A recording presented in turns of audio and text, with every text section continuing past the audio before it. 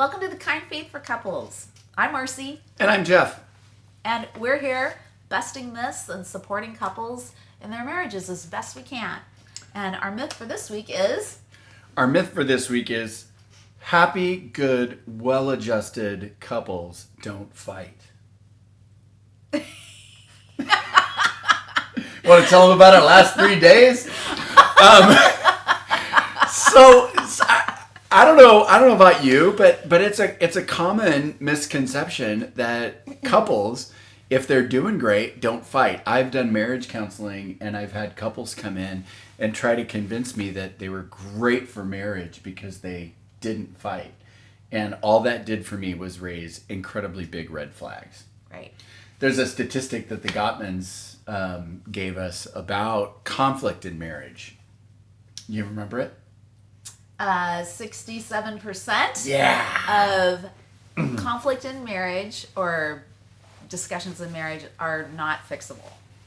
So that's huge. 2/3 of conflicts in marriage aren't resolvable. So conflict You're just different. Yeah, conflict is going to be at the heart of every relationship. It's just the way it is because you're different. You have different upbringings. Everything's different. So conflict really becomes about managing rather than solving.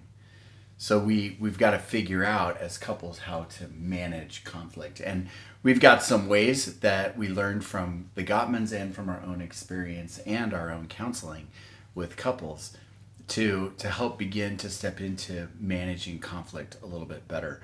And so let's dive in and talk about those. We talked about last week this concept of dreams, and so many conflicts are actually about dreams. Right, and expectations. Mm-hmm. Right. Dreams and expectations. And so hearing the emotion, the feelings, and the dreams under the expectation that has been met is so important when we come to conflict. Right. And one of the first conflicts that Jeff and I had when we were early married was the fact that he would, as the man, lock and secure the house before we went to bed at night. That was your expectation. Oh yeah.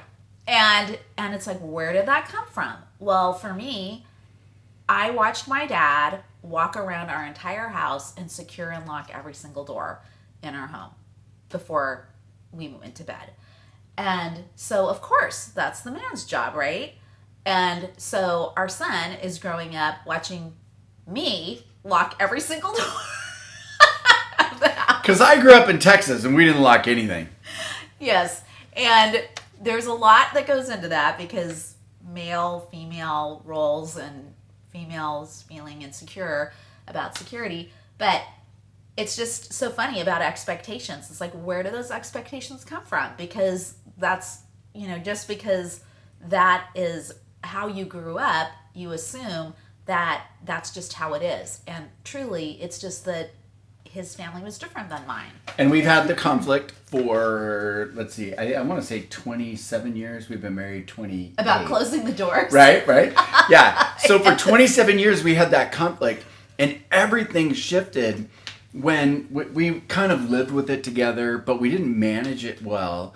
And everything shifted when there was a moment, and I still remember it, where you said, you're a man and I'm a woman, and you need to understand, which, like, duh, right?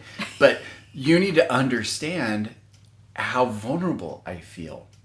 And she just used the word vulnerable, and it unlocked the feeling behind the expectation. Right. And that was the power of it. And it did change my behavior, but it changed my behavior not because she told me to or nagged me about it.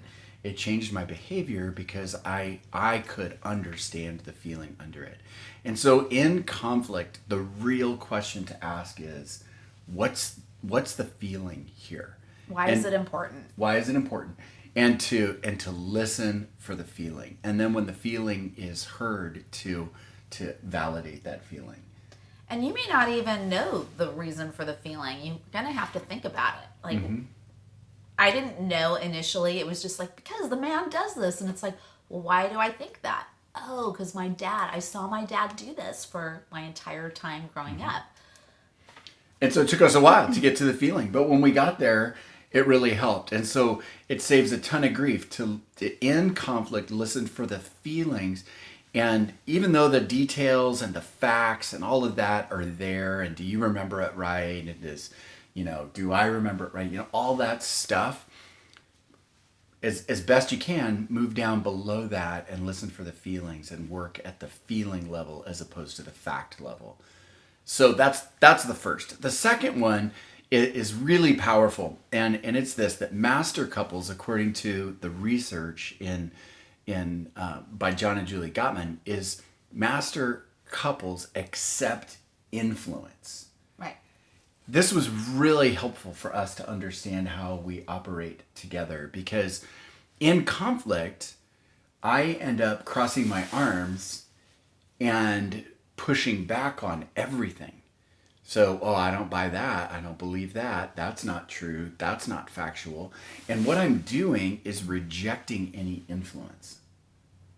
But by using the word vulnerable or expressing how I feel instead of accusing, you're not doing this because whatever, you're lazy or whatever the scenario is, to say, I feel vulnerable, please help me not feel that way, is a game changer. That's a game changer in the conversation. It's a game changer to express, but you have to be the one to accept the influence. So if she says that, I can easily say, well, you're just trying to manipulate me. Or you're just trying to turn this in your favor. Or you're trying to make me feel sorry for. All of those things that I just did are refusing to accept influence. Right. And so accepting influence is allowing your attitude, your perception of the facts, your feelings to be shifted, not changed, but shifted or nudged by your partner. And that's accepting influence. And it's really, really important, because if I'm not accepting her influence, she's going to feel disrespected, not loved, and not cared for. And that puts her in a position of defensiveness, and then we're off to the races, and it's just going to be ugly. And some of you out there might be saying, well, that's fine for you because, you have learned how to talk to each other, and, our communication style and our family is completely different. Well, Jeff's and Mike, because we've already shared that we're opposites. So his communication style that he grew up with was, in regard to conflict, there was no conflict. Right. My parents literally never fought in front of me. Ever. Right. I never saw them fight. And I grew up in an Italian home that we talked verbosely, loudly, and that was when we were in conflict and yelling at each other. That was like we were just talking. I mean, so that's just how it was. So when the first time we had a conflict, Jeff thought we were breaking up, and I'm just like, I'm just telling you how I feel. So I had to tone it down, and he had to step it up to meet in the middle. Yeah. And I would say to this point on accepting influence, the opposite of accepting influence is defensiveness. Right. Being defensive. So being overly, feeling like at any point you're in a position of defensiveness, whether it's fighting over facts or crossing your arms and pushing away, all of that stuff is the opposite. And so figuring out, okay, what in this can I accept influence in? It's not influence over everything, and it's not becoming a doormat, right? Right. It's not, whatever you say, dear, yes, dear. That bugs me. That a happy marriage is when a guy just says yes, dear, right? Right. It's a joke. Well, it is true. It's a joke. But accepting influence is not just conceding at all points. Right. It's actual influence. It's hearing her and allowing myself to shift. And accepting influence within your own self, because if my feelings are getting escalated to the point where I'm that whole drama is coming out that happened when I was younger. I need to, sometimes I need to just go take a time out for 20 minutes, de-escalate, and then come back out and have a conversation. This hurt my feelings. This is what I'm struggling with. This is what brought to mind, so that we can have a conversation versus Yeah, and that's the third point for this. Right. So the third point is manage your triggers. There's a physiological phenomenon called flooding, emotional flooding, where we become our brain recedes into the limbic system, and we're just fight or flight, and that's where we're living, and we don't think straight, we don't operate well in that. You're in that state when your hands get sweaty or your face gets flushed or your heart rate is elevated. And managing triggers means knowing what are the things that your spouse does that triggers you. Yeah, I know that one of the things that I do that triggers Marcy is arguing over facts. when she says, "Oh, this happened the other day," and I go, "Well, it didn't happen the other day that way. That was on Thursday, not the other day." You do that, and I'm just pushing triggers. Not only am I not accepting influence, but I'm engaging triggers that aren't helpful. Trying to win instead of listen. So, but the thing about accepting influence, what I'm trying to get at, is that you can accept influence for yourself by realizing I'm getting triggered here. So accept your own influence to, I need to take a break. I need to take care of myself right now, and we'll come back to this. Be aware of your own circumstance and be influenced by what you're actually by yourself. Mm-hmm. Right. Do what's going to help you stay healthy, and then bring that to the table. Yeah. One of the things, and we'll close out this time with this, but there's famous scripture, we'll put it in the passage below. Do not let the sun go down on your anger. And couples feel like it's the worst thing ever to stay angry with your spouse, and overnight, and so things get forced and resolve gets forced, and the bitterness is at the core of the problem there. And so it's okay to continue to be angry, because sometimes I don't even know what I'm angry about. I go to bed and I turn out the light and I'm angry. And even if I kept the light on, we aren't going to resolve that until before dawn. No, and you don't want to have an argument when you're hungry, when it's late at night, you're tired, and there's a third one. Hungry late at night, and I can't remember the third one, but if you're hungry, that's hangry. Don't have that conversation at that moment. And if you're tired, you're just too tired.